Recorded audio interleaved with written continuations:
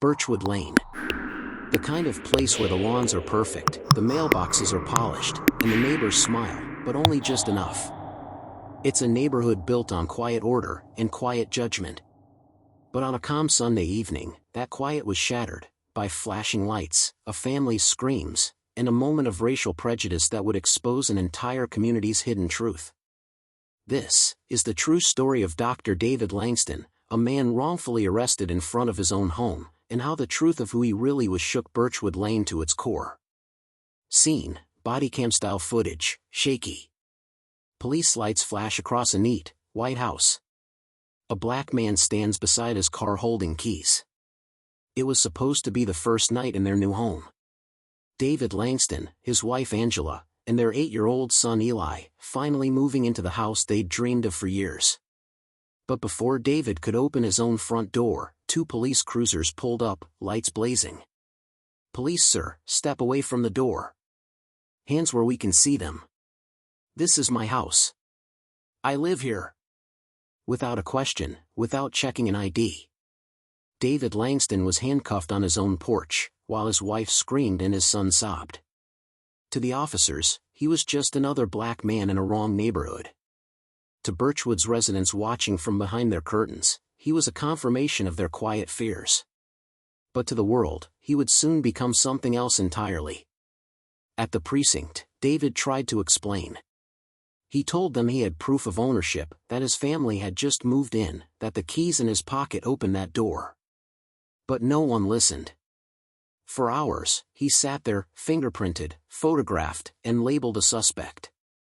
Meanwhile, Angela and Eli waited outside the station, the cold air filled with the echo of injustice.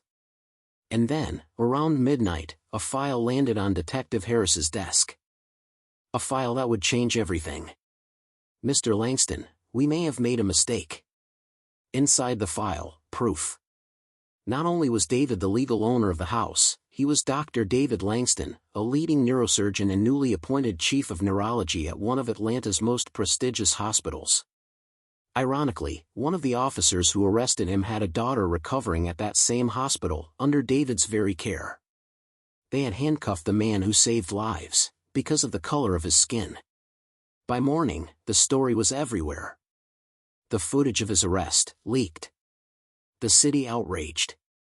Neighbors who once crossed the street to avoid the Langstons now claimed it was a misunderstanding. But the damage was done. Eli had nightmares about police lights. Angela couldn't sleep without checking the locks twice.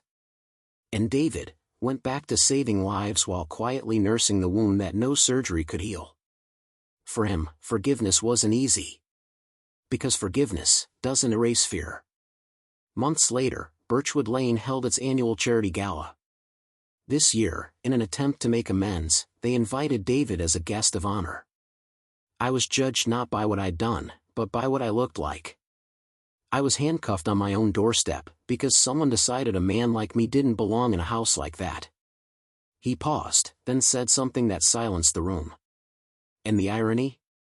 Not long before that day, "I was the surgeon who saved one of your children's lives." It wasn't vengeance. It wasn't anger. It was truth, raw, undeniable, and haunting. Weeks later, an anonymous letter arrived. No name. No return address. It wasn't a neighbor who called the police, it was someone from inside the real estate office. Tense strings begin. The Langstons had thought their nightmare was over. But that note changed everything. The same one where it all began. Because sometimes, the walls that divide us aren't built by strangers, they're built by those who sold us the dream. Based on true events. Because justice without truth isn't justice at all.